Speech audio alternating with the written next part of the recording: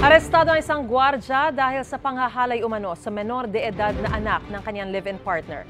Todo tanggi sa paratangang suspect. Narito po ang aking unang balita. Nasa kalagitnaan ng kanyang trabaho ang 31 anyos na security guard nang arestuhin siya ng mga tauhan ng Barbosa Police Station ng Manila Police District. Kasama ng mga pulis ang 14 anyos na anak ng kanyang kinakasama na nagsumbong ng umano'y paulit-ulit na panghahalay laban sa amain.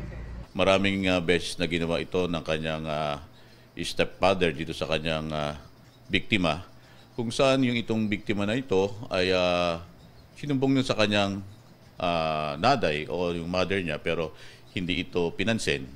Kaya humingi ito ng tulong sa barangay at eventually naman yung ating mga tauhan ng barangay humingi ng tulong sa ating pulis. Ayon sa investigador, nagpositibo sa pregnancy test ang biktima. Diretso sa kulungan ng suspect na itinanggi ang paratang. Hindi ko talaga ginawa yan, ma'am, sa kanya. Ni minsan po na pinagsamantalang. Hindi ko po siya nakagalaw. Hinala ng suspect gumaganti lang daw sa kanya ang biktima sa mga pagkakataong pinagagalitan o pinagsasabihan niya ito. In-inquest ng suspect at sinampahan ng reklamong statutory rape.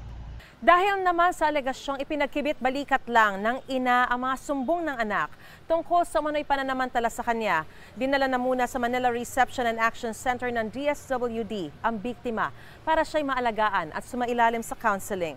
Tinitignan din kung may pananagutan ng ina matapos hindi umano pansinin ang mga sumbong ng anak.